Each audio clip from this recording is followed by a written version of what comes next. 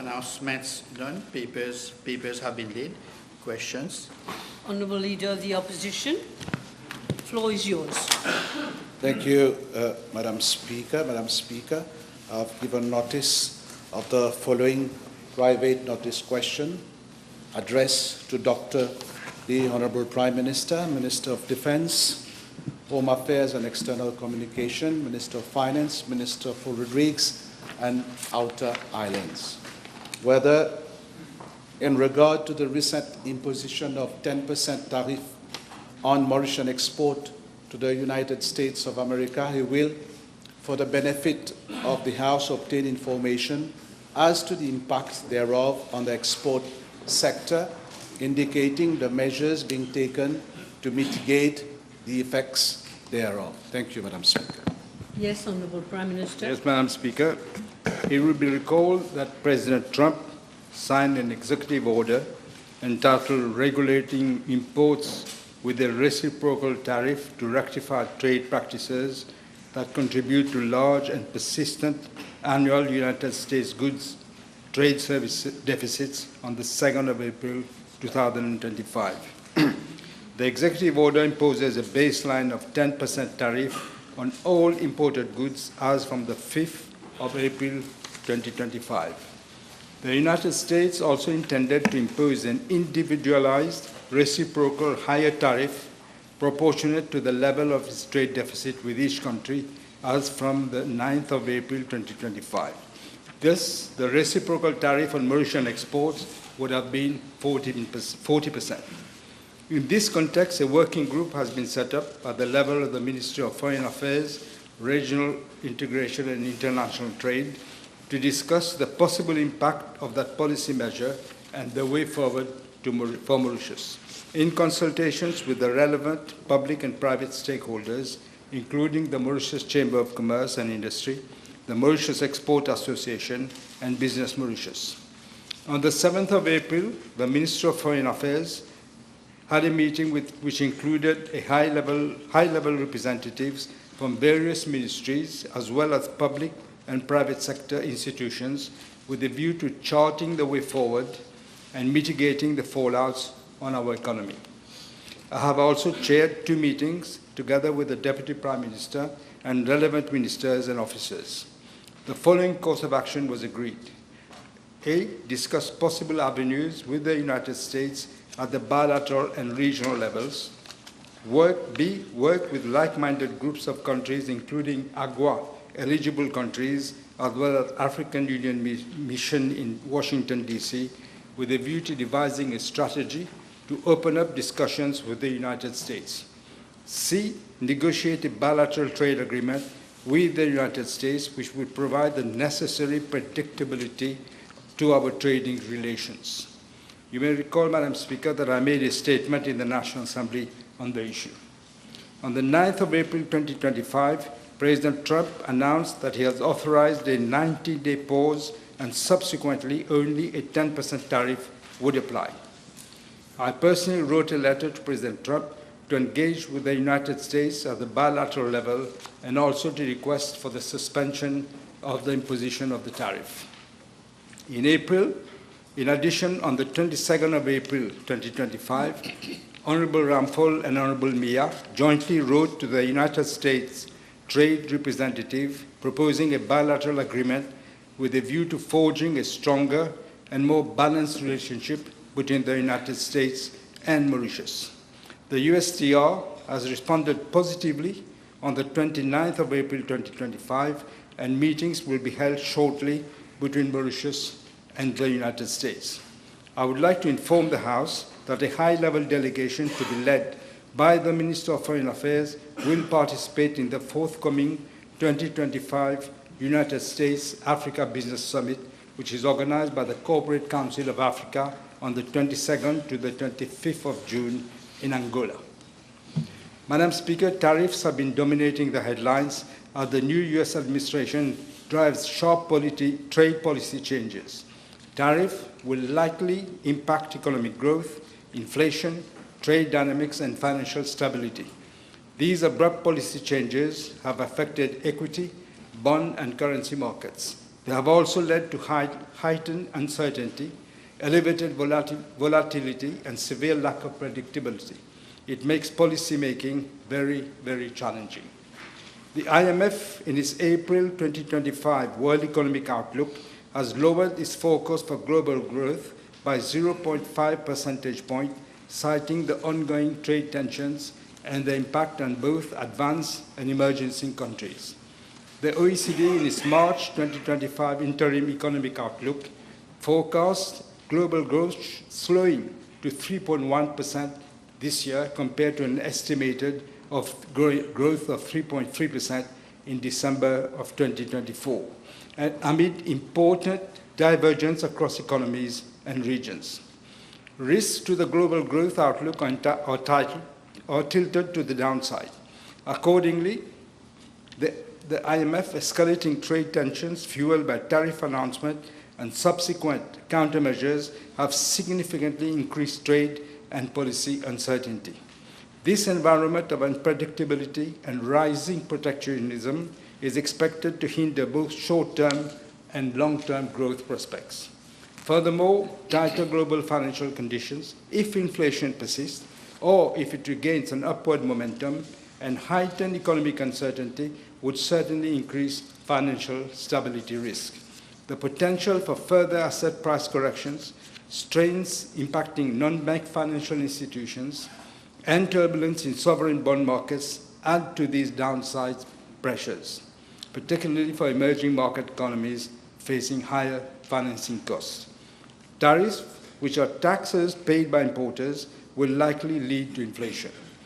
Before tariff imposition, global inflation was on a downtrend, although still above central banks' targets in some advanced countries. However, with tariffs, progress on disinflation may stall or even reverse course as high import prices and supply chain disruptions may lead to higher domestic prices. In the event that inflationary pressures directly emanating from the imposition of tariffs offset the disinflationary effects of lower output growth and potential trade diversion by China, policymakers could be faced with the challenges of stagflation, that is, a combination of slowing economic growth and higher inflation. For now, the uncertainty linked to tariffs appear to bear higher risks to the growth rather than to the inflation outlook.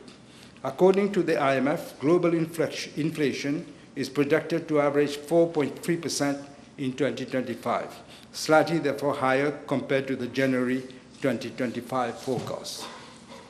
Policy responses to tariffs will vary from country to country, depending on their specific circumstances, and there is no one size that fits all. In consultation with all stakeholders, we have conducted a scenario-based assessment of the impact of U.S. tariffs on economic growth, inflation, trade dynamics, and financial stability. The assumptions are as follows. 1, tariff raises import prices initially.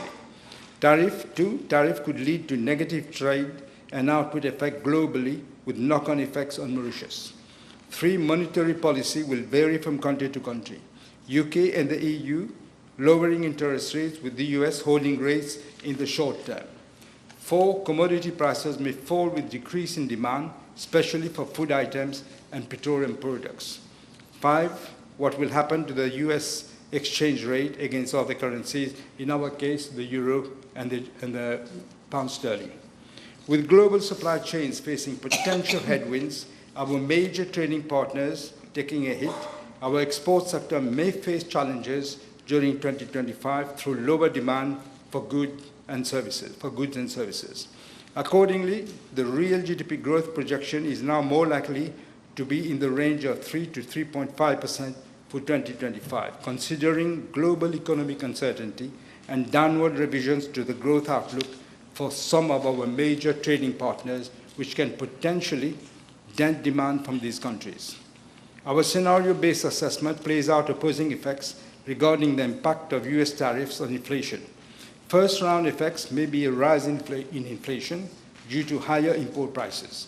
However, the contraction of our main trading partners could also compress global inflation as commodity prices take a hit. The net impact of US tariffs on inflation in Mauritius is likely going to be largely scenario-based, playing out the opposing effects. In addition, there are domestically generated inflation that we have to deal with services inflation and wage push inflation. Headline inflation stood at 2.5% in March 2025, its lowest value, Madam Speaker, since June 2021. However, core inflation, which strips off price movements of food items and movements in administered energy prices, have remained stubbornly sticky, upheld by higher prices of services and increase in wages. We project headline inflation close this year at around 3.5%, marginally lower than the previous projection of 3.7%. However, our scenario-based assessment shows that risks remain tilted on the upside as trading partner inflation rates could increase due to the imposition of tariffs and the fragmentation of global supply chains, which could raise global commodity prices, again pushing up import prices. Furthermore, the stickiness in services inflation due to higher nominal wages could tilt the risk to the inflation outlook further to the upside.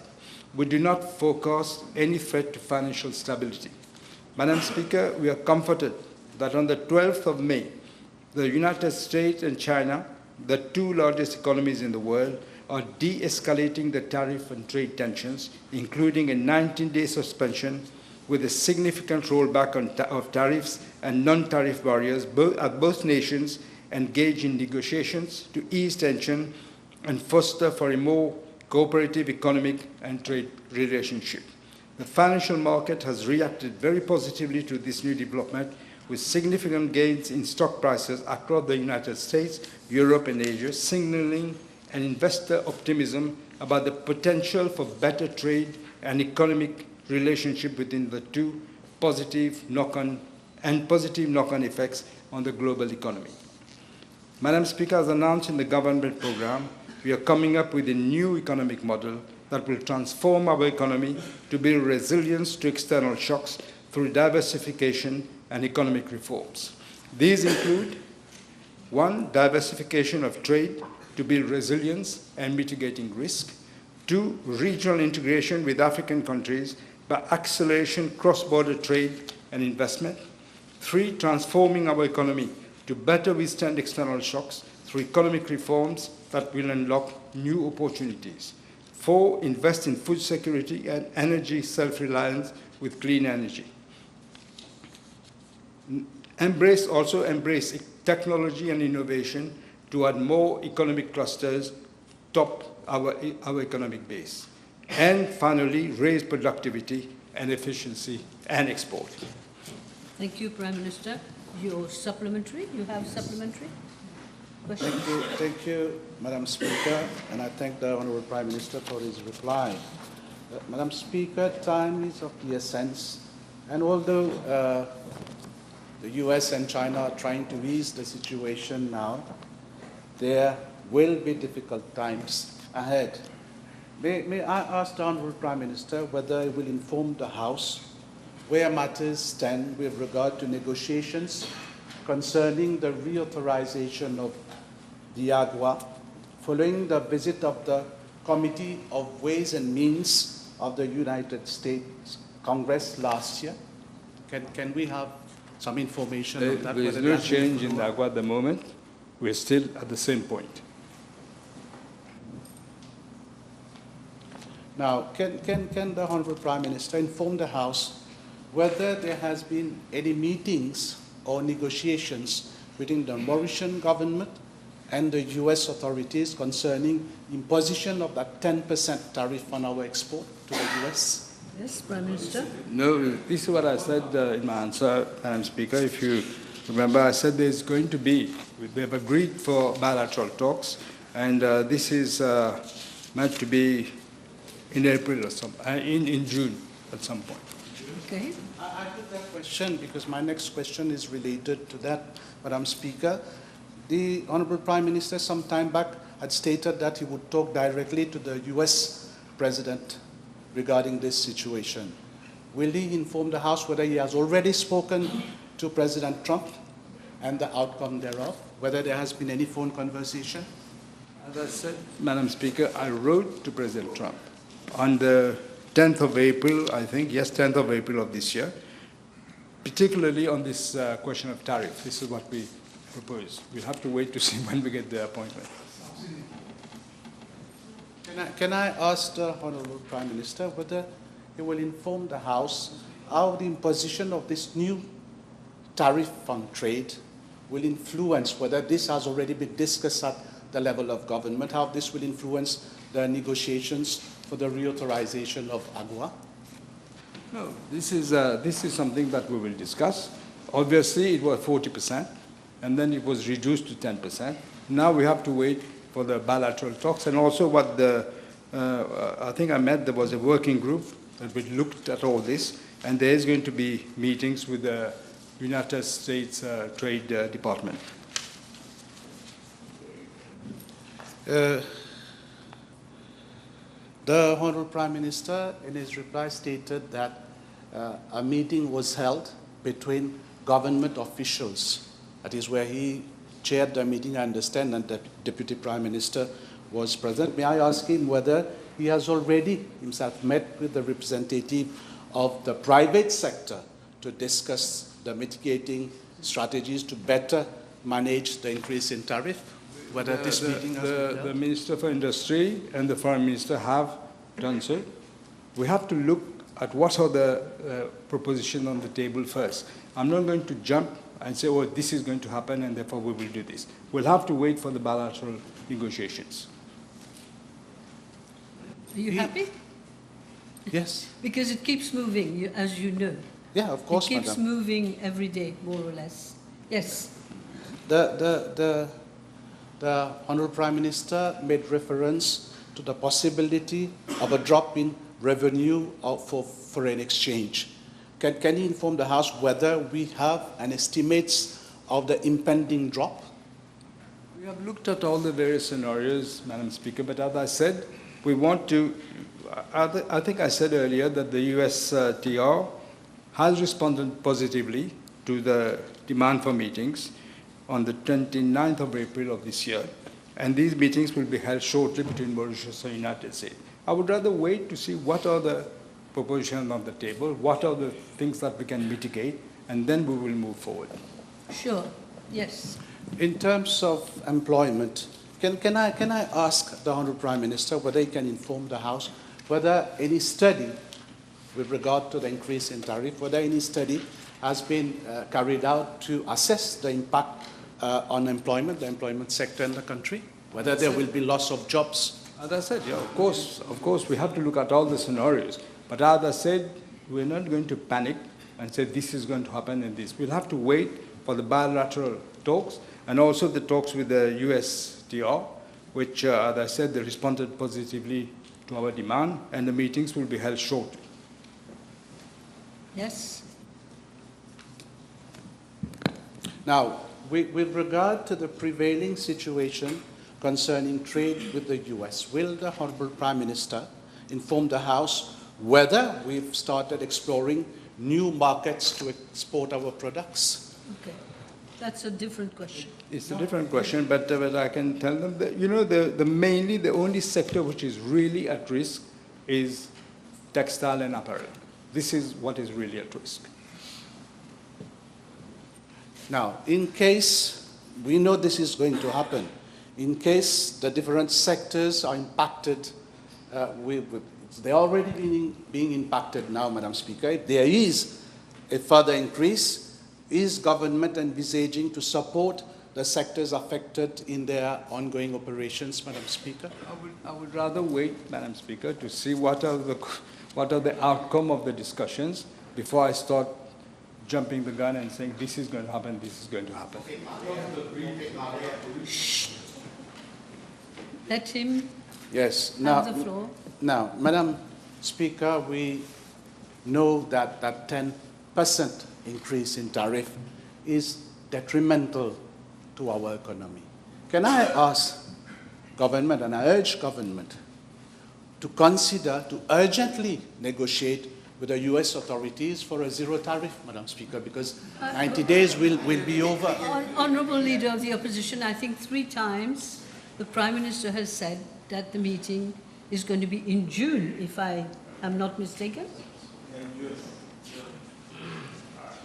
I don't see what he can say more on that issue.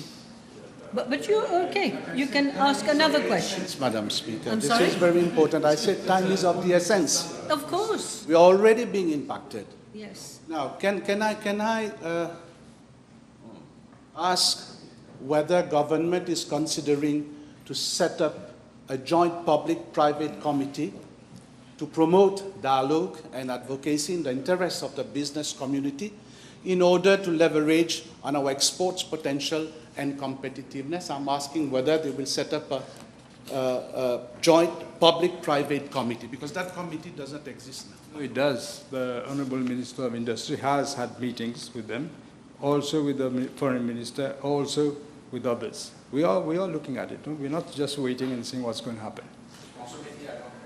Okay. Yes, you're done. Okay. Good. Now we go to questions.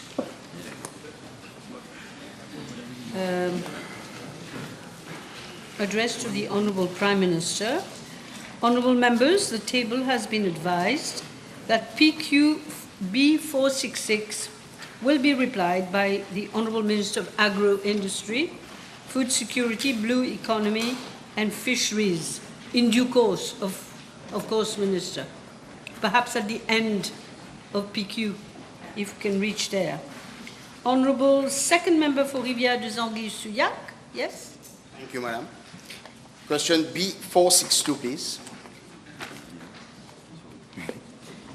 Madam Speaker, as regards to Part A of the question, I'm informed by the Bank of Mauritius that the Mauritius Investment Corporation Limited has acquired from Omnicane 3 plots of land for a total of 172 acres in constituency number 13, Rivière des Anguilles-Souillac, which was the constituency of the previous Minister of Finance. The extent and location of each plot of land are as follows: 38.4 acres at Richebois, 61 acres at Britannia, and 72.6 acres at Tayac. A management contract was entered between the MIC and Omnicane for the latter to plant and harvest the sugarcane and to process into cane sugar and other products, as well as in the management of the sugarcane fields. That is, in between harvesting and during harvesting, against a small fee paid to the MIC. Madam Speaker, concerning Part C of the question, I wish to inform the House that in view of the ramifications regarding the portfolio of the MIC, the Bank of Mauritius is currently examining different options for the restructuring of the MIC, including the optimal use of land assets acquired under very dubious conditions for more than 10 billion rupees from Medjin Sugar Estate and Omnicane. Furthermore, looking at the price paid for the plots of land purchased by the MIC in various locations, this will be submitted to the government valuer for the latter to ascertain whether it was value for money.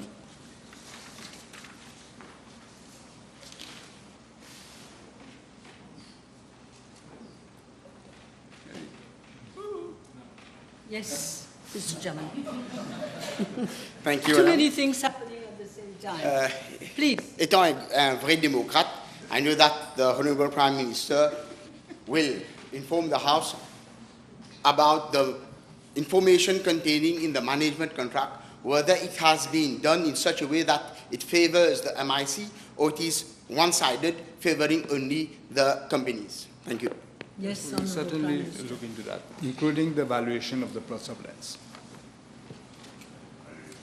Yes, Honourable Second Member for Grand Bay Poudre d'Or. Mr. Bichan? No? I'm sorry. Honourable Third Member for Port Louis North and Mont Long, Mr. Kazan. Speaker, PQB 463, please. Madam Speaker, I'm informed that there have been several verbal and written complaints regarding the deplorable state of the Terre Rouge Civil Status Sub-Office situated at Le Hocher.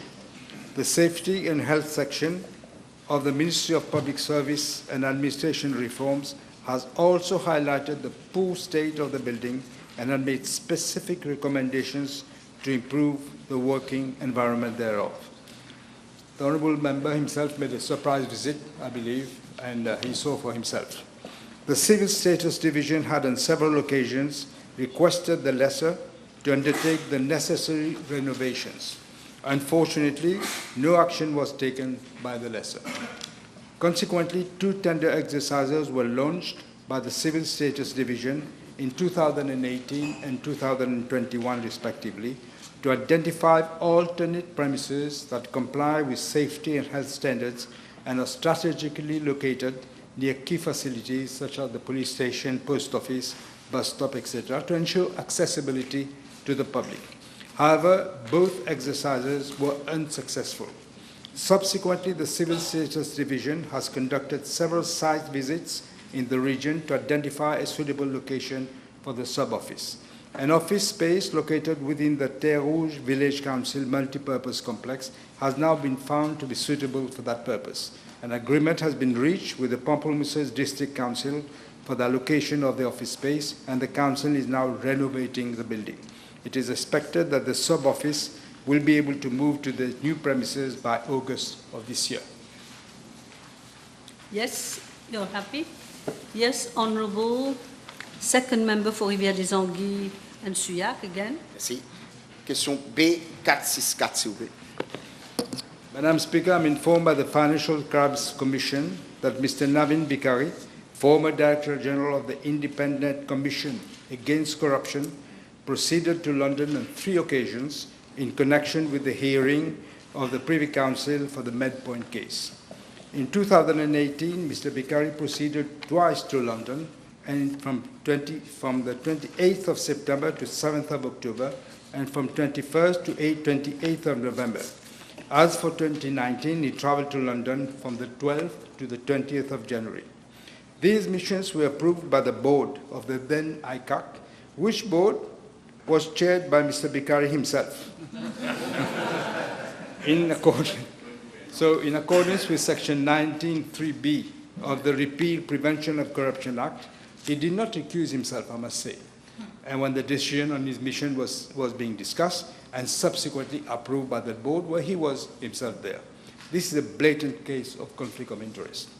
What was equally contemptible was his presence at the Privy Council, despite the fact that the Privy Council, through correspondence dated 13th of December 2018, Lord Kerr directed that ICAC's application to make oral submission be refused. He wasn't given permission. In spite of that, he proceeded on mission to London, accompanied by Mr. Rupchan, acting chief legal advisor, and Mr. Sohan, attorney at law. Madam Speaker, what should also be recalled is that Mr. Navin Bikari changed his original stand, which was in favor of prosecution in the Medpoint case. He changed his opinion a few days before the sitting of the Privy Council. The total cost, Madam Speaker, of the missions undertaken by Mr. Bikari, Mr. Rupchan and Mr. Sohan for the hearing of the Privy Council in connection with the Medpoint case amounted to 1,373,990 rupees and 2 cents for a mission that the Privy Council said they would not be able to address, do oral submissions. Okay. Now it's Honourable Second Member for Grand-Bay Poudre-d'Or. Thank you, Madam Speaker. B465. Madam Speaker, I thank the Honourable Member for asking the question. This is yet another, every week we see this, another example of cronies of the previous government benefiting from contracts awarded by public bodies. I'm informed by the Economic Development Board that its head office shifted to 7 Exchange Square building in Eben in December of 2022. Now, a tender exercise was launched in October of 2018, even before the building was constructed. The tender exercise was started, as if they knew the building would be there. All the other bidders in the tender exercise were found to be non-responsive, and only PSH Investment Limited was qualified and awarded the contract. As regards Part A of the question, the EDB signed a lease agreement with PSH Investment Limited which is the owner of the building, on the 9th of August 2019 for 5,000 square meters of office space and 130 parking slots. As per the lease agreement signed, the building was to be delivered in December 2020 and rent payable from February 2021. But the office space was actually delivered in October 2022. That is a delay of almost 2 years. On the 30th of May 2024, the ADB signed a second lease agreement with PSH Investment for an additional office space of 170 square meters at the ground floor of the same building, and also for 2 additional parking slots. Madam Speaker, I'm informed by the Corporate and Business Registration Department that PSH Investment Limited is fully owned by NG Holdings Limited, and the sole shareholder of NH Holdings Limited is Mr. Vinash Gopi. Concerning Part B of the question, the EDB started paying rent for the office building as from December 2022, which is when it started occupying the building. The total amount of rent paid by EDB from December 2022 to date is 104.9 million rupees. In addition, an amount of 7.2 million rupees has been paid for syndic fees. Regarding Part C of the question, the House may wish to note that the main conditions of the lease agreements are as follows. 1, the minimum lease period for the first lease agreement is 10 years, and the second lease agreement is 8 years and 6 months. 2, the monthly rental is 625 rupees, excluding of VAT, per square meter for the first lease, and 1,147 rupees per square meter for the second lease. So in other words, the prices have jumped. As from December 2027, the rental must be reviewed every 2 years based on the increase in the consumer price index. 4th, up to November 2027, the contracts may be terminated by giving 4 months' notice, but the EDB must pay the rental from the date of cancellation up to the expiry of the initial lease period. And 5th, after November 2027, the contract may be terminated by giving 4 months' notice, and they will then be not required to pay any further rental. I'm tabling a copy of the 2 lease agreements. Yes, you're right. Yes, the Honourable First Member for La Caverne Phoenix, Mr. Lubin. Yes, thank you, Madam Speaker. B467, please. Madam Speaker, the contribution sociale généralisée was introduced in September 2020, and the contribution to the National Pensions Fund were accordingly abolished. The CSG was introduced by way of regulations, and subsequently the Social Contribution and Social Benefits Act was enacted in 2021 to provide for the levy of CSG and payment of the benefits. The rates of CSG contribution in respect to an employee earning up to 50,000 rupees a month are 1.5% and 3% of basic salary for the employee and his employer, respectively. As regards to an employee earning above 50,000 rupees a month, the rates of contribution are 3% and 6%.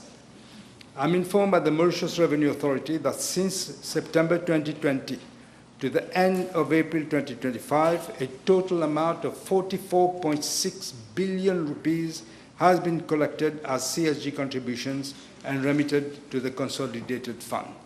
The yearly breakdown is as follows. 5.25 billion in financial year 2020-2021, 8.35 billion in financial year 2021-2022, 9.51 billion in financial year 2022-2023, 10.9 billion in the financial year 2023-2024, and 10.6 billion in the current financial year as at April of 2025. With regards to Part A of the question, a number of benefits are being paid for various schemes and measures under the Social Contribution and Social Benefits Act. For the period 2021 to the end of April 2025, a total amount of 34 billion rupees has been spent under these schemes and measures. In addition, a total amount of 10.7 billion has been paid for allowance to the public sector employees, as well as meeting government contribution to the CSG. Madam Speaker, as far as Part B of the question is concerned, from a budgeting point of view, there is no remaining balance as at the end of April 2025. Let me remind the House that of a reply to PQB 1248 on the 24th of October 2023, the previous Minister of Finance said, and I quote, "Il ne reste donc rien par rapport aux contributions de la CSG." Unquote. At that very time itself, they had already depleted all the funds from the CSG. Madam Speaker, I'm tabling a breakdown of the funds collected and spent as at the end of April 2025. It must be noted that the previous government had engaged in the provision of a series of allowances from funds coming from the CSG, especially during the month preceding the last elections, in a clear attempt to lure the voters. This is yet an example of how the CSG funds had been dilapidated by the previous regime in their desperation to try to win the elections. Yes, Mr. Bichuk? Madam, we all know that the CSG system is what has destroyed the French social security system, and the fact that Mauritius is an aging population, has there been any study to understand till which date the current system is a sustainable one? Before studies done, we know it's going to be disastrous because, as you say, we have an aging population. We are looking at all this in the context of the budget. Yes. Okay, Mr. Levin, you're okay? All right. Now we have the fourth member for Port Louis North and Montagnard, Mr. Yes, Duval. B468. I'm informed by the Commissioner of Police that the Safe City project came into operation on the 19th of August 2019 and is operating under the provisions of the Data Protection Act, which is in line with the European Union General Data Protection Regulation requirements. Prior to the implementation of the Safe City project, a certificate was issued under Section 44(4) of the Data Protection Act, exempting the Mauritius Police Force from the application of certain sections of the Data Protection Act in the interest of the national and public security. These sections pertain, among others, to the collection, access, and communication of personal data. On the 10th of November 2020, the Mauritius Police Force has been registered as the data controller by the Data Protection Act, by the Data Protection Office. On August 2023, the registration certificate has been renewed up to July 2026. Yes? Yes, thank you, Madam Speaker. Madam Speaker, can the Prime Minister confirm that under the exceptions which apply to the Safe City project, no sanctions can be taken by the Data Protection Office for contraventions being done at the level of the Mauritius Police Force, if there are any? Madam Speaker, the right of privacy is guaranteed by our Constitution. This is not an absolute right, but the same article also provides for exceptions in the interest of public safety and security. So the Constitution already gives the right of privacy, which is guaranteed. No, if I may, I think the question was that the commissioner, the data commissioner, could not prosecute. Is that your question? That was the question, that the data protection commissioner cannot prosecute. I would... If I may have another question. Okay, go with another question. Madam Speaker, the Prime Minister will agree that the risks of having a project like the Safe City operating in a legal vacuum, there are huge risks with regards to safeguard of personal data and risk of abuses. The Prime Minister himself has complained in the past of Safe City cameras being positioned in front of his office, which have now been removed specifically for espionage and not for the legitimate detection of crime. This is the reason why there is a need for a specific legislation. No, question. Rephrase it. Will the Prime Minister agree that there is a need for a specific legislation which provides for accountability and for sanctions and prosecution of offenders of the controllers and those users? And we have seen in the past how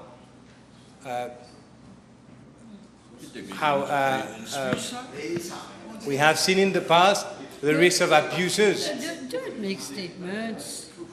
So will he not agree? Every time I tell you this, put a question. Put a question, not statements. Stop Yes. helping him. Let me remind the honourable member, he joined the government. The Safe City came into operation on the 19th of August 2019. I didn't hear you say anything then. You didn't. You accepted post, you became the deputy speaker. By any case, Wait I for said the it very answer. clearly in the House that there is no espionage being done now. Right.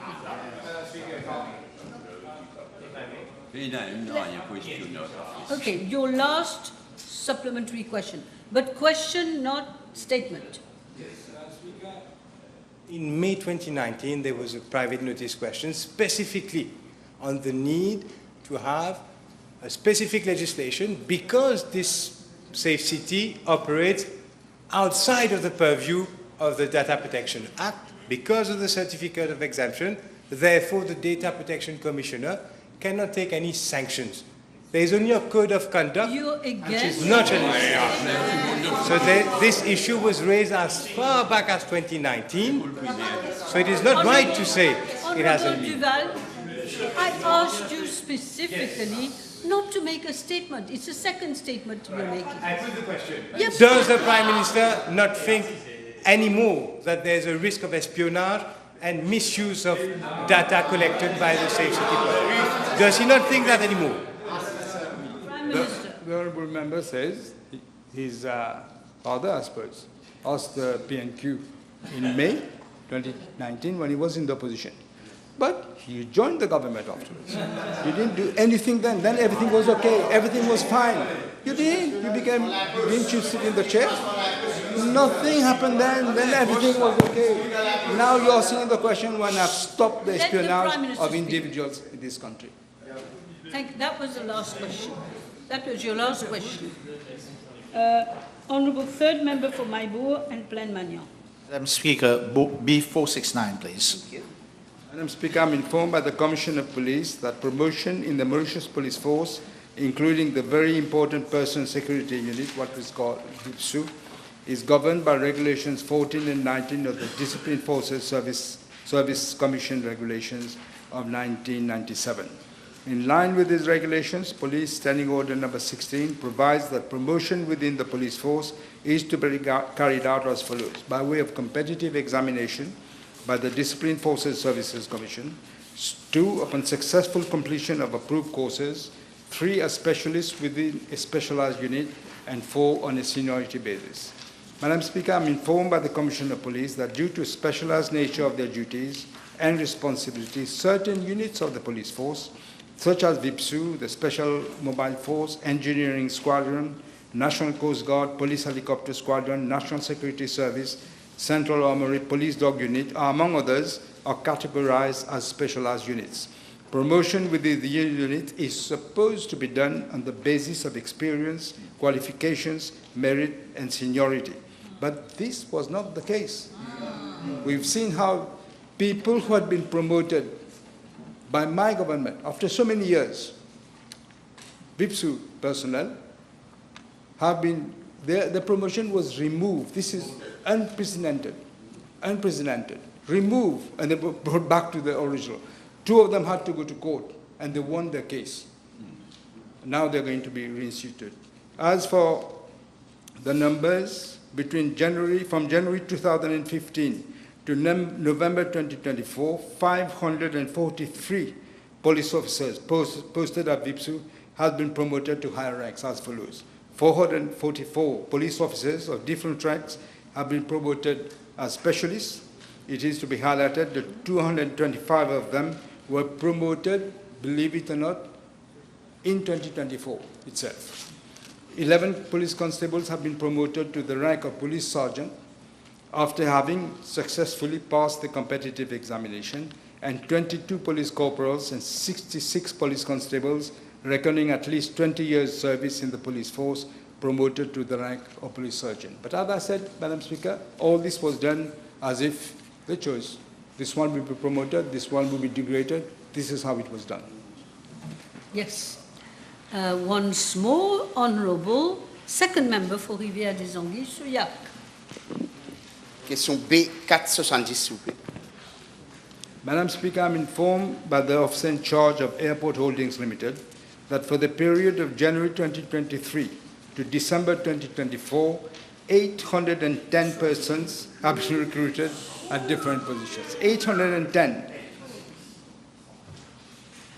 And 754 of them have been recruited through advertising, and the remaining 53 just by headhunting. In other words, you come, you don't come. I'm tabling the information requested by the honourable member. Madam Speaker, I want to bring to the attention of the House that when we look at the recruitment level at the Mauritius Duty-Free Paradise, 115 people were recruited, believe it or not, on the 2nd of September 2024.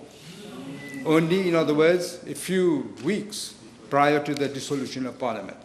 In this specific case, those recruited were on probation for a period of only 6 months, which is again unusual, whereas the collective agreement between the union and the management stipulates that new integrated posts should be for a period of 1 year, not 6 months. This is yet another example, Madam Speaker, of malpractice under the previous government, as if institutions where they could do anything. Forget the regulations, forget everything. They could just do anything because the country belonged to them. Yes, Mr. Jamal. Can the Honourable Prime Minister provide information as to whether these who have been recruited lately, will they be left unpunished, or will we take actions against them? All this is being looked at. Happy? Yes. Now I have Mr. Rukni, third member for Pamplemousses. Madam Speaker, question B471. Thank you. Madam Speaker, with regard to part A of the question, I'm informed by the Managing Director of the Cargo Handling Corporation Limited that presently there are 5 Cape cranes at the Mauritius Container Terminal, and they are now fully operational. They were not before, they are now. With regard to part B of the question, I'm also informed that at the Cape, the Mauritius Container Terminal, which is operated by the Cargo Handling Corporation Limited, is 800 meters long, and as such, 2 large container vessels of a capacity of 16,000 20-foot equivalent units, or a combination of 3 container feeder vessels, can be accommodated at any one time. The multi-purpose terminal, on the other hand, has 4 quays to handle inter-island cargo, pure car carriers, livestock carriers, bulk coal, maize, soya bean meal vessels, as well as container vessels, as and when required. Each of them can accommodate 1 cargo vessel at a time. Madam Speaker, modernization and transformation of the portless harbour into an efficient port is a priority of this government. To that effect, in line with the government programme of 2025-2029, government recognizes that a modern and efficient seaport will be of critical importance to boost the competitiveness of our economy as a destination for foreign investment. There will therefore be a total revamping of the port and other infrastructure to support maritime economic activities. At the heart of this transformation is effective management. To that end, a new managing director of the Cargo Handling Corporation was appointed on the 12th of December 2024, and since then the port situation has witnessed substantial improvement. The level of absenteeism has dropped from 30% to 10%, and daily sick leaves from 120 to just 10, which means the management is doing the job properly. There is discipline. There is no ship waiting time, which was previously 6 days, thus ensuring quicker turnaround now. Weekly container moves have increased from 7,500 to 11,000. Bulk vessels are now being serviced within 3.5 to 4.5 days as compared to 6 to 7 days. As a testament to this progress, the Mediterranean Shipping Company has launched in March of this year a direct Beira-Mozambique route. This has significantly enhanced connectivity, reducing transit time for containers to 5 to 6 days compared to 40 days, Madam Speaker. As regards Part C of the question, I'm informed that measures are being taken by both the Mauritius Ports Authority and the Cargo Handling Corporation to enhance efficiency and competitiveness of the port. These include the implementation of a business plan of the Cargo Handling Corporation, which has been approved by its board on the 2nd of May of this year. This plan aims to modernize operations, extend capacity, and strengthen competitiveness of the Cargo Handling Corporation Limited. To that effect, the Cargo Handling Corporation is planning to invest over the next 5 years an amount of 5.3 billion rupees in the acquisition of state-of-the-art equipment, implementation of green initiatives, capacity building, and digitalization of operation. As an interim measure, procedures have been initiated by Cargo Handling Corporation for the leasing of 2 mobile harbor cranes to address the demand of additional transshipment volumes from shipping lines. In addition, as recommended in the Port Master Plan, the Mauritius Ports Authority will proceed with the expansion of the container yard of the Mauritius Container Terminal of an area of about 5 hectares. This project will increase the storage capacity of the terminal and will thus improve operational efficiency. I've only got 1 minute left. Are you okay? We won't have time, unfortunately, for the next question. Next time. Yes. Next time? Oh. Okay. Please bear with me.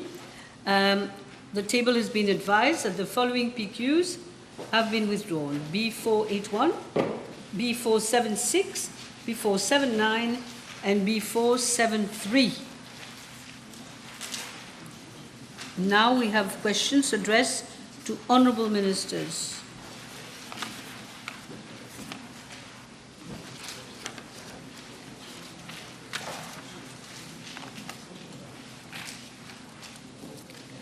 The Honourable Second Member for Grand Bay Poudre d'Or, Mr. Bijan. Thank you, Madam Speaker. B482.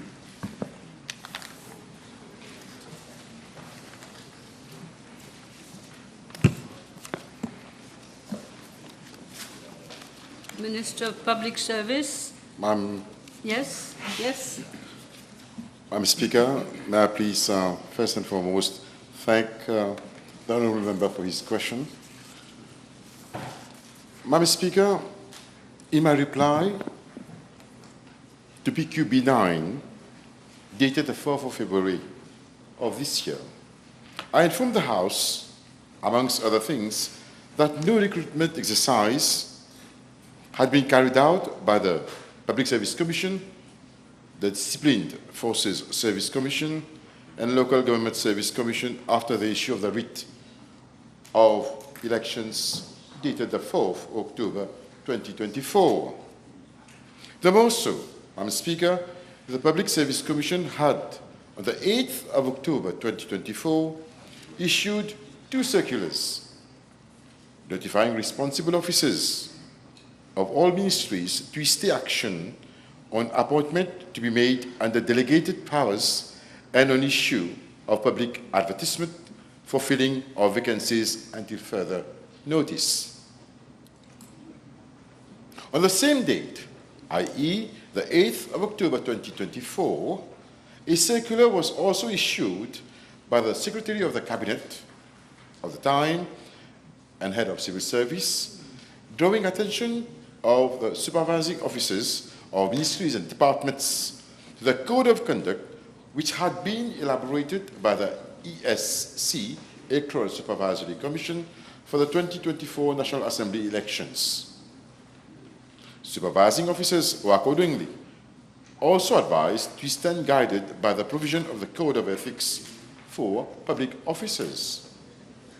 Madam Speaker, I had then also informed the House that following the appointment exercises carried out from July to September 2024, 281 officers had joined the public sector after the issue of writ of elections and drew attention to the fact that such a situation occurred in a matter of days prior to 4th of October and beyond 4th of October 2024. It is to be noted, Madam Speaker, that PQ9 concerned only recruitment in the public sector whereas today's PQ of the honourable member is also addressing the issue of promotion.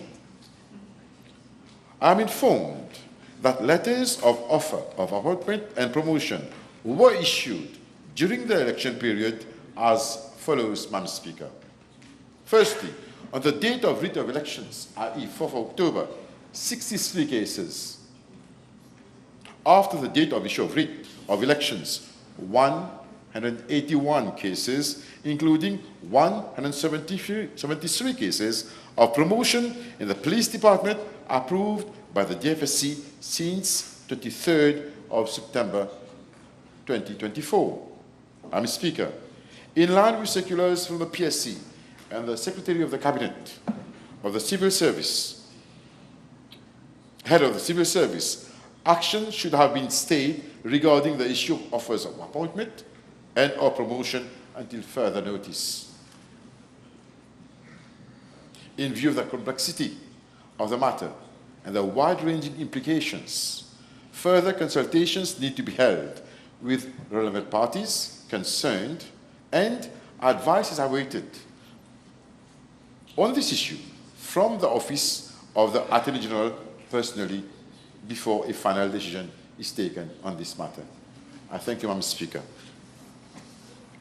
Thank you. Yes. The Honourable Third Member for Port Louis North and Montaillon, Mr. Kazan. Madam Speaker, PQB 483, please. Madam Speaker, I'm informed by the Road Development Authority that in the context of the construction of the Terre Rouge Verdun-Trianon Link Road in December 2013, an existing access road linking the village of Boulingrin to Long Mountain was cut off as it was crossing the alignment of the Terre Rouge Verdun Link Road. Under the circumstances, with a view to maintaining an access, the underpass or tunnel at Boulingrin was constructed to cater for passage of local agricultural workers and landowners. I'm further informed that in view of the topography of the site where the underpass is located and due to mud from passing heavy vehicles, there is recurrent water and mud accumulation thereat. Regular maintenance works such as cleaning of drains, vegetation control are accordingly carried out by the RDA whenever the need arises. With a view to resolving the issue of water accumulation, a site visit was carried out on 8 April 2024 at the underpass by officers of the RDA, the NDU, the Land Drainage Authority, and the District Council of Pamplemousse. The LDA was accordingly requested to carry out an assessment of the catchment area and propose measures to mitigate, resolve the issue of water accumulation thereat. Madam Speaker, with regard to Part A of the question, I am informed by the LDA that several measures have been recommended to address the matter, including the reinstatement of the cross drains connecting the truck road drains to feeder Mur and fitting with metal gratings to prevent water ponding. Other proposed remedial measures are being discussed with the RDA regarding their feasibility. In addition, I am informed by the LDA that the District Council of Pamplemousse undertook cleaning of vegetation around the underpass and the existing stormwater drain in February 2025, and a follow-up cleaning is scheduled in 2 weeks as part of its ongoing in-house maintenance. As regard Part B of the question, I am informed that the region of Boulingrin is already connected to the Montaillon-Crèvecoeur B19 road through an existing road, and as such, there is no need to provide an alternative road for the region of Boulingrin. However, given that the existing road which connects Boulingrin to the B19 road is a non-classified road and is narrow, consideration may be given to the widening of the road by the District Council of Pamplemousse. Yes. The Honourable Third Member for Granby-Poudre-d'Or.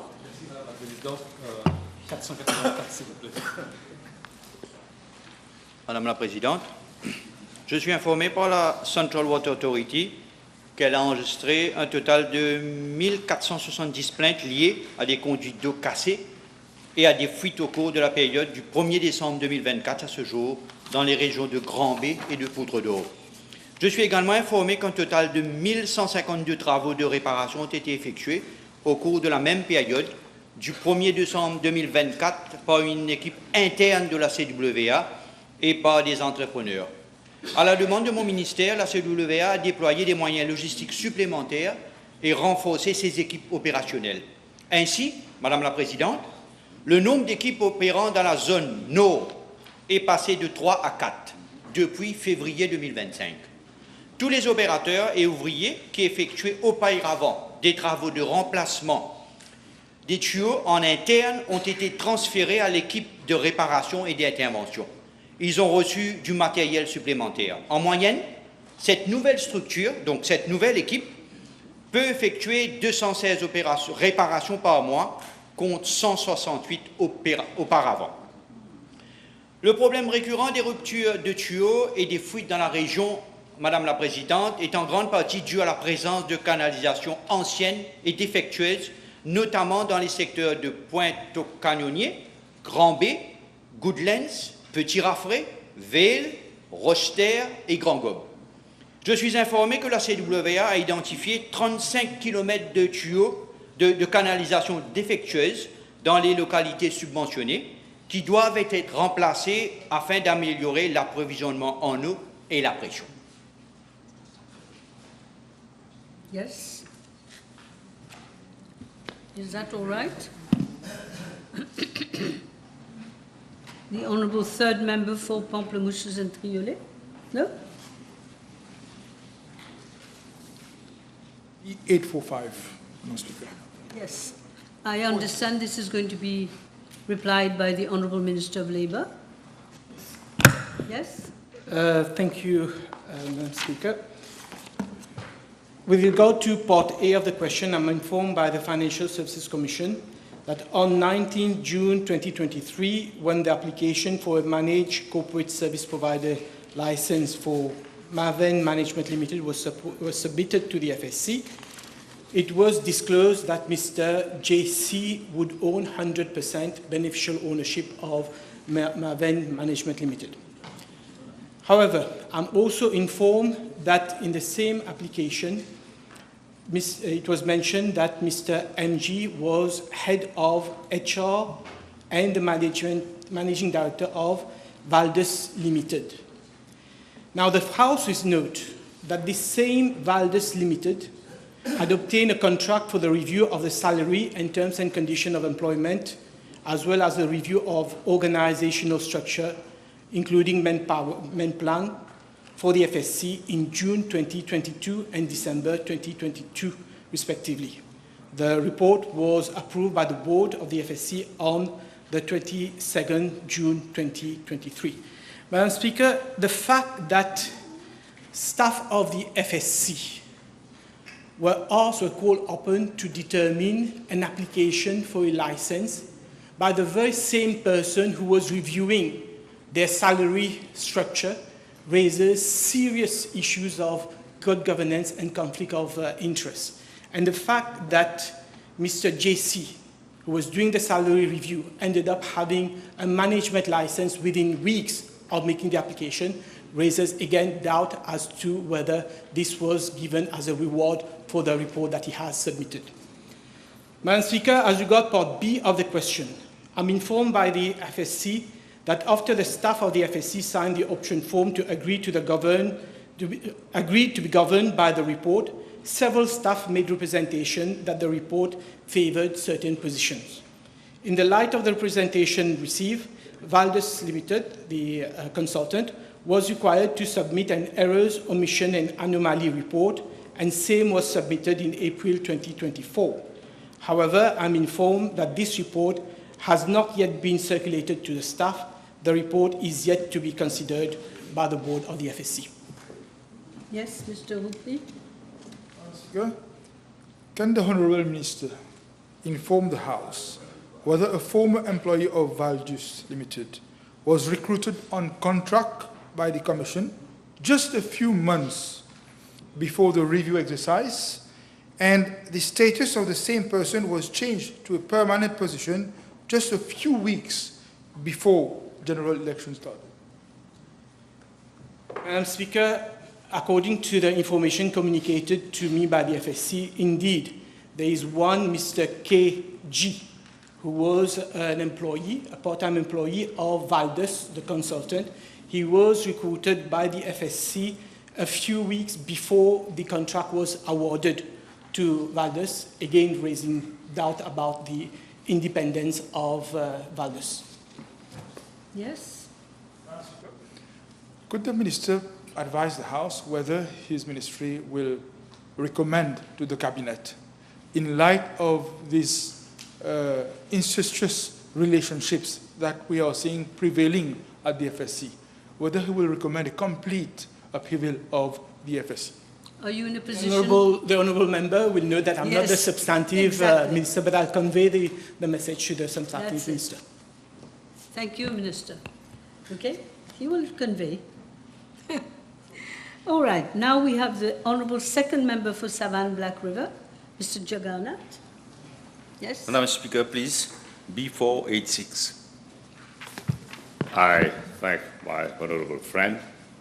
The reply will be circulated and you can enjoy reading it.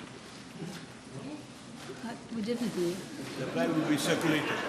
You will circulate. Circulated. Thank you very much. Now, therefore, I have the Honourable Second Member for Rodrigue, Mr. François. Thank you. B487. At long last. Madam Speaker, I'm informed by the National Development Unit that the bids for the projects drain works at 80 dans Daris, raising of ford at Bay-Topaz, and box culvert upstream and raising of ford at Pistache in Rodrigue were invited on 3rd March 2025 with a closing date of 16 April 2025. The 3 drain projects, estimated to cost around 174 million rupees, are currently at evaluation stage at the level of the Central Procurement Board. I am further informed that works are expected to start during the next financial year. Yes.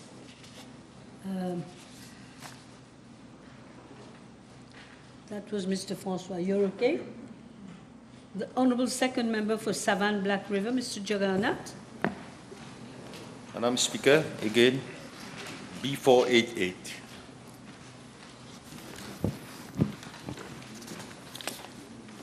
Madam Speaker, I am advised that the Mont Blanc is a village under the administrative jurisdiction of the District Council of Savannah, with approximately 110 inhabitants. According to the outline planning scheme for the Grand Port Savannah District Council area, Mont Blanc is situated outside the defined settlement boundary of Chamonix and is located 1.5 kilometers from that boundary. As a result, residents are currently prohibited from undertaking any development projects since such development is only permitted within officially designated settlement boundaries. Following repeated representations from the local residents, the District Council of Savannah formally requested the Town and County Planning Board to include Mont Blanc within the settlement boundary. The board, which is responsible for preparing outlines planning schemes, has extended the operative period of the Savannah District Council's outline planning scheme to December 2027 to allow for a comprehensive review. Madam Speaker, the Town and County Planning Board has informed my ministry that the rural outline planning schemes were approved in 2006 and revised in 2011 with their validity extended on several occasions, now up to December 2027. These schemes are based on the National Development Strategy, NDS, which was adopted in 2005. In July 2019, a consultancy contract was awarded to review the NDS. Once the revised NDS Vision 2040 is approved, all urban and rural planning schemes will be updated accordingly. Data collection and mapping exercise already began this year in January 2025.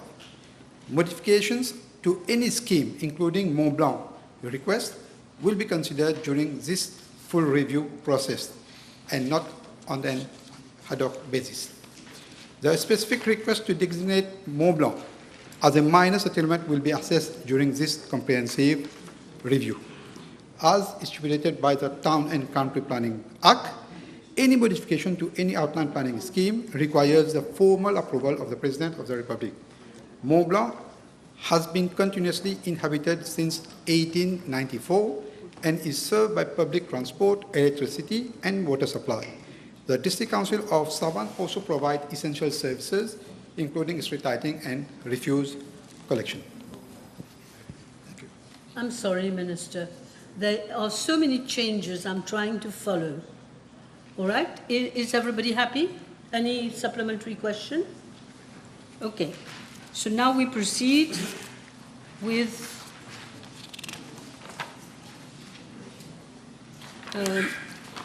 Mr. Venkatasamy, third member, and this will be replied by Honourable Minister of Local Government. Is that right?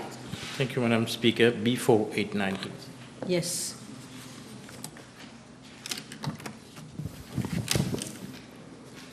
Madam Speaker, with your permission, I will reply to this question as it concerns my ministry.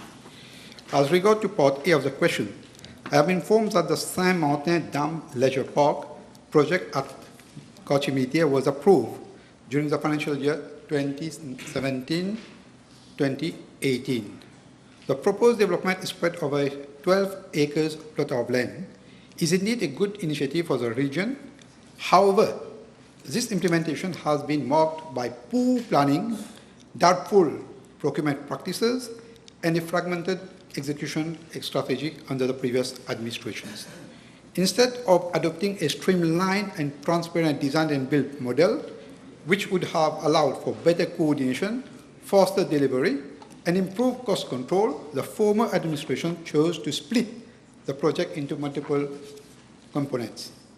These were allocated to various contractors through a patchwork of procurement method, including requests for seal quotations, restricted bidding, direct procurement, and open advertised bidding. This fragmented approach was project management more difficult and raised serious concern about favorism and lack of transparency. The scope of work, as submitted by the District Council of Mocha, includes the following components: a 2,000 square feet reception building with toilet block, cloakroom, and cafeteria, a 17,000 square feet multipurpose hall with reception area, dining space, kitchen facilities, and separate hall for conferences and other events, 3 natural ponds surrounded by concrete walkways, 1 acre esplanade with children's corner and graded sitting area, a 750-meter health track, an outdoor gym, an endemic garden with walkways, 3 bridges, a road network, and 2 parking spaces with capacity for approximately 250 vehicles. Madam Speaker, with regard to part B of the question on cost overrun and delays, the project was initially estimated at 45 million rupees. However, the cost has now escalated to 77.5 million rupees. Additionally, the District Council of Mocha has indicated a need for a further of 8.5 million rupees to complete the road surfacing within the park. This considerable cost overrun and the lengthy delay, and despite the project having started eight years ago, are largely due to the repeated modification and the inclusion of new components by the previous administration. These additions were not part of the original approved scope of work and had led to unnecessary expenditure and delayed the completion of the project. Such practices are evidence of inadequate planning and poor project oversight by the previous government, resulting in the misuse of public funds and significant delays in providing essential community infrastructure. To address this situation, I have instructed the District Council of Mocha to ensure that the project is fully completed not later than 15 August 2025. In regard to part C of the question concerning the appointment of a quantity surveyor, I wish to inform the House that the District Council of Mocha did not appoint one for this project. Instead, the Public Infrastructure Department of the Council has been responsible for both the design and supervision of works. Madam Speaker, I wish to reassure the Honourable Third Member of Kashmir and Mocha that the Saint-Martin Dam Leisure Park will be completed by the revised deadline, that is 15 August 2025. My ministry is closely monitoring the final phase of implementation to ensure the project delivered without any further delays. Thank you. It's okay. Yes, honourable members, I should have informed you that PQB 525 will also be replied by the Honourable Minister of Local Government later. All right? Now we will carry on with Honourable First Member for Portmead North. B490, thank you. Madam Speaker, on 6 February 2025, I was informed by the Le Monde Heritage Trust Fund, a parastatal body under the aegis of my ministry, of two highly disturbing incidents. First, the circulation of a video showing an individual dancing a Mauritian song containing foul and offensive language on the grounds of the Troucheny Open Air Museum, located at the foot of Le Mont Brabant Mountain, a World Heritage Cultural Landscape Site. And secondly, the appearance of a large graffiti on the rock of Le Mont Brabant Mountain with inscriptions such as Jennifer, J, JFS, and 2501-2025. Madam Speaker, I am informed that the matter was reported to the police on 7th February 2025, and an entry was duly recorded in the occurrence book at the La Golette police station by an officer of Le Monde Heritage Trust Fund. I am further informed that investigations are going on. Upon being informed, I gave immediate instruction for the removal of the graffiti. Despite the dangerous topography of the mountain and adverse weather conditions which was prevailing at that time, the operation was completed on 19th February 2025 by a guide from Le Monde village with the assistance of a heritage guide from the Le Monde Heritage Trust Fund. The first attempt on 8th February removed 90% of the markings, and the second succeeded fully. Madam Speaker, unfortunately, this was not an isolated occurrence. On 12 March 2025, a video circulated on TikTok showing two individuals sitting on the cross at the summit of Le Mont Brabant Mountain, presumably consuming alcohol. The video provoked national indignation, and the individuals concerned issued a public apology on 14th March 2025. Madam Speaker, what is of equal concern and regret is the failure of the previous government and the former board of the Le Monde Heritage Trust Fund to have ever established a formal protocol or proactive framework to prevent or swiftly address such acts. After years of relentless effort and advocacy under the administration of the then Honorable Prime Minister, Dr. Navin Chandra Ramgoolam, Le Monde was proudly inscribed as a UNESCO World Heritage Site in 2008. Yet, despite this historic achievement, the regime that came to power in 2014 unfortunately displayed a shocking level of neglect. For nearly a decade, they failed to implement even the most basic protective measures. No signage, no surveillance, no preventive strategy, and not even a contingency plan to address acts of desecration or vandalism. Such negligence reflects a profound disregard for the preservation of one of our nation's most sacred heritage sites, Madam Speaker, upon taking cognizance of this incident, my ministry convened an emergency meeting with Le Monde Heritage Trust Fund and launched a comprehensive set of measures, namely, first, installation of prominent signage at key points across Le Monde cultural landscape to inform visitors of the sacredness of the site and prohibit disrespectful actions.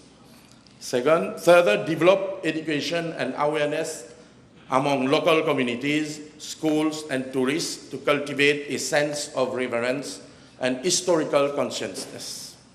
Third, enhance surveillance and law enforcement cooperation with relevant authorities.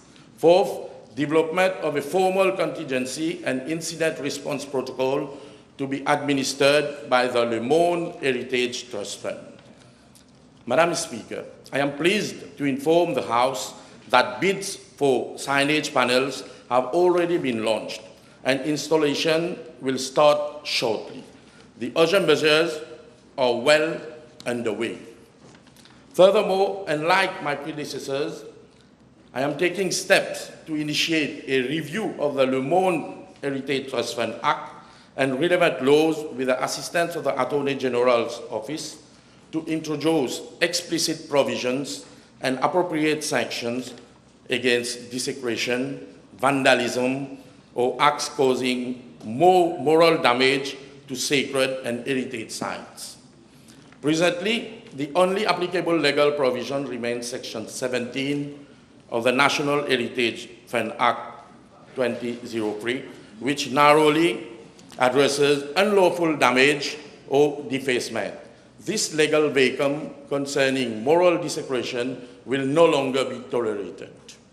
Madam Speaker, my ministry remains steadfast in its mission to preserve the sanctity and dignity of Le Monde and all other heritage sites across Mauritius. And we shall act with both firmness and foresight, something that regrettably has been missing for far too long. Thank you. Thank you. Okay. We've got 3 minutes left only. Honourable Third Member for Bobassin, Petite Rivière. Before 9-1, please. Madam Speaker, with your permission, in light of the number of advisors attached to my ministry, which include 15 advisor coaches, I'm tabling all the requested information. Thank you. Yes. Merci, Madame la One Présidente. supplementary. Oui, peut-on savoir parmi les conseillers de l'honorable ministre des Sports s'il y en a parmi qui cumulent une deuxième fonction tombant sous un autre organisme de son ministère? Si oui, lequel? Ses responsabilités et bien sûr ses salaires et autres avantages. Are you able to answer Madam that? Speaker, I'm Yes. not aware of what the member is saying. I will check and report to the House. Of course, you can come back with another question once you see the paper tabled. J'espère, Madame la Présidente, que Of j'aurai la réponse. L'espoir fait vivre. Ah non, je ne suis pas un imbécile, hein? Je suis pas un imbécile. Of course. I think we can go for lunch now.